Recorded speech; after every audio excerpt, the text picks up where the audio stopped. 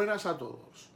Lo primero de todo, tengo que dar las gracias a un seguidor de este programa y muy buen amigo mío, Pablo, que me ha hecho este magnífico regalito de una corbata de Bitcoin. Me queda perfecto, ¿no?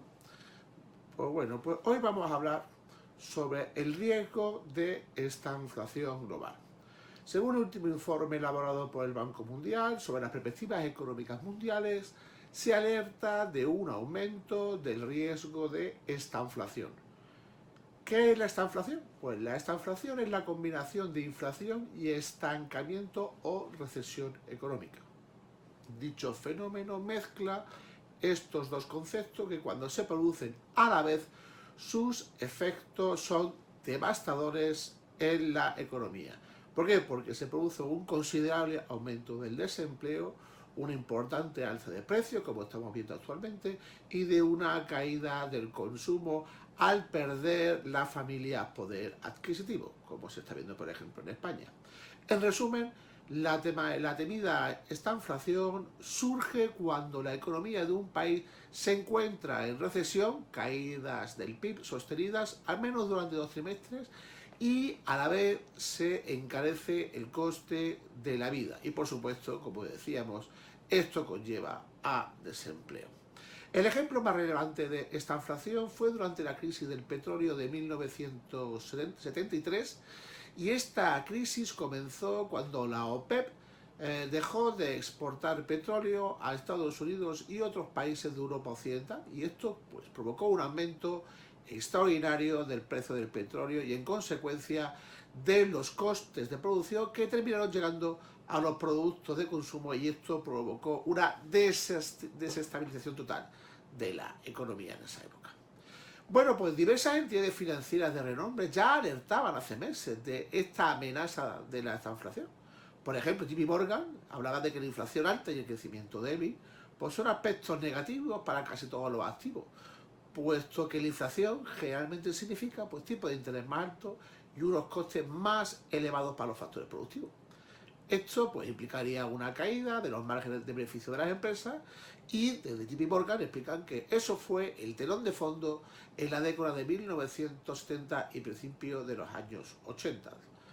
Para Danske Bank, un escenario de esta inflación haría que la renta variable sufriera casi sin excepción y las primas en los bonos pues se aumentarían, se ampliarían. Y esto lógicamente provocaría tal impacto global que rebajaría el precio de las acciones e incrementaría las primas en el mercado de bonos, especialmente en el segmento de alto rendimiento o high yield, ¿no? Los high yield bonds, ¿no? Y lo estamos también viendo.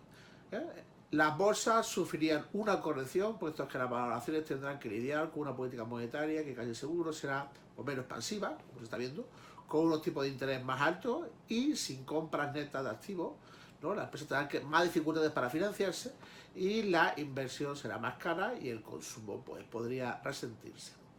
Pues bien, esto es lo que está pasando.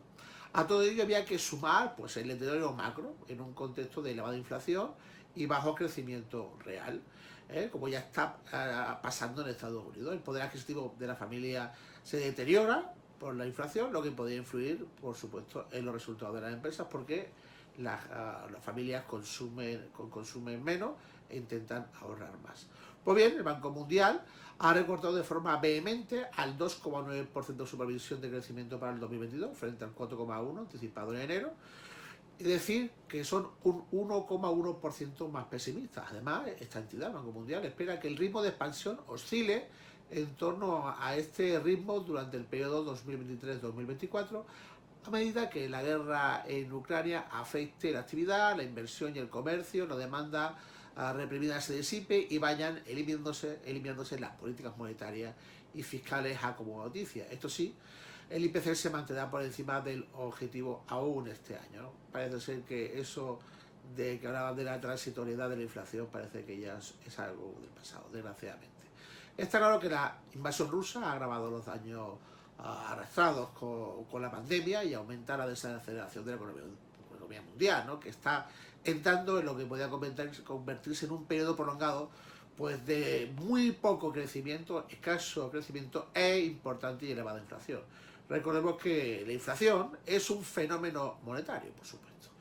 En el caso de las economías avanzadas, las nuevas previsiones del Banco Mundial apuntan a una expansión del 2,6% este año y del 2,2% en 2023, frente al 3,8% y el 2% respectivamente, que anticipaba enero, mientras que para 2024 esperan un crecimiento del PIB del 1,9%. En concreto, esta entidad ha revisado a la baja su previsión de crecimiento para Estados Unidos, me refiero al Banco Mundial, con una expansión del 2,5% en 2022 y del 2,4% un año después, cuando en enero había proyectado un crecimiento del 3,7% y del 2,6% respectivamente. De cara a 2024, el Banco Mundial espera una expansión de la mayor economía mundial del 2%. Y sobre la zona euro, en la zona euro, por las previsiones de la institución, Banco Mundial, apuntan a un crecimiento del PIB del 2,5% en 2022 y del 1,9% los dos próximos años, rebajando así respectivamente el 1,7 y 0,2 puntos porcentuales sus pronósticos que daba en enero. En el caso de las economías emergentes y en desarrollo, el crecimiento se frenará al 3,4% este año, frente al 4,6% anticipado previamente, con una expansión del 4,2% en 2023, 2 décimas menos que lo previsto en enero, y del 4,4% en 2024.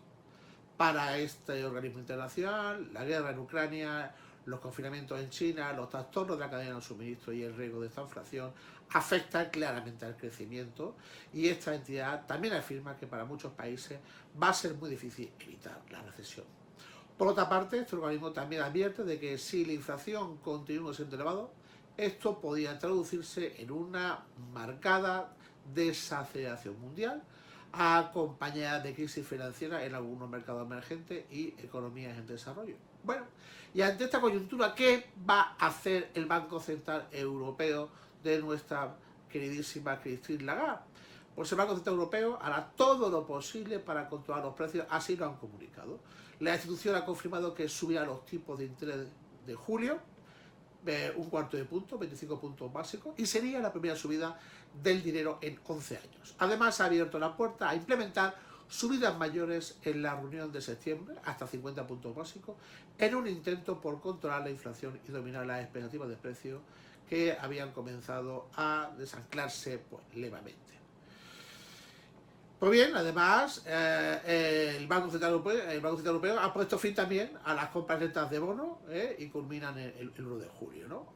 Además de todo esto. La verdad es que la inflación está desbocada en la zona euro, marcando máximos que no se veían hace muchísimo tiempo. Esta subida del IPC en el entorno europeo ya está en el 8,1% y ha provocado un cambio en la política de un banco central que podía haberse obligado a improvisar, pues si los precios pues no se moderan, ¿no?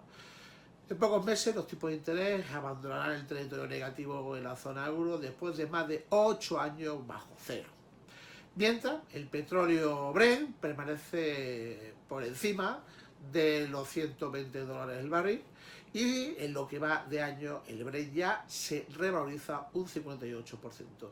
Estamos ante una tormenta perfecta económica y solamente les puedo recomendar una cosa: cuerpo a tierra.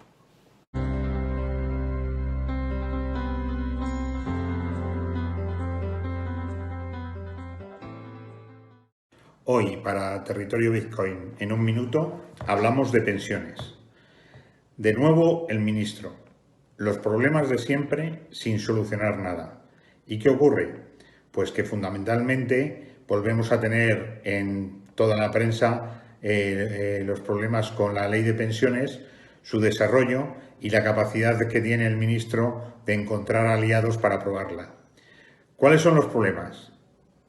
Referenciados a los fondos de pensiones privadas, tiene muchísimos problemas. Es decir, sus aliados en el gobierno se han puesto y son contrarios a la posibilidad de tener fondos de pensiones individuales, cosa que pasa en todo el mundo y que por el lado de la izquierda más revolucionaria o la izquierda comunista consideran que no es necesario tener fondos de pensiones individuales, que tal como está el mundo, a ver de dónde van a cobrar pensiones, porque esto se acaba.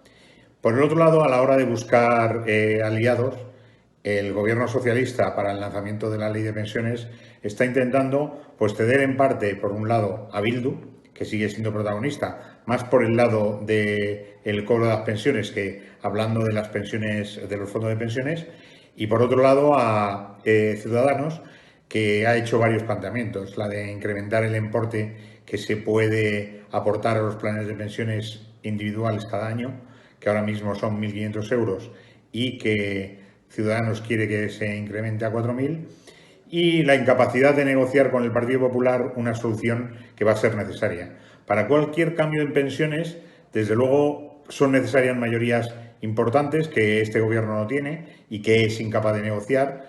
Es necesario también pensar en Europa. Europa, probablemente, aunque aprobemos la ley de pensiones hoy, lo que se va a encontrar en el corto plazo es que ese desarrollo no está hecho y el desarrollo, como mínimo, va a llevar pues un año o más de un año.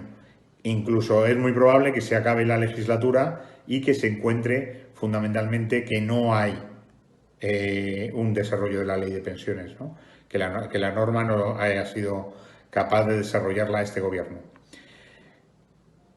¿Dónde estamos? Pues de nuevo en un Gobierno incapaz de hacer nada, en un ministro que pretende poner tapones a todos los agujeros que tiene esta ley y que al final se le va a hundir, y sobre todo un mundo en el que si no se ponen de acuerdo los políticos, pues a ver qué va a pasar con el resto de los ciudadanos. Si son incapaces de ver que es necesario negociar las pensiones y ver qué va a pasar en el futuro y siguen estando en un modelo de no sale nada adelante, pues tendremos un cambio de gobierno, tendremos una nueva legislatura y alguien tendrá que enfrentarse a la realidad, que es que el mundo de la seguridad social se acaba, no va a haber dinero ni para las pensiones, ni para los pensionistas, ni para los funcionarios, ni para nadie, como no seamos capaces de encaminar nuestro crecimiento económico con la que tenemos liada en términos económicos.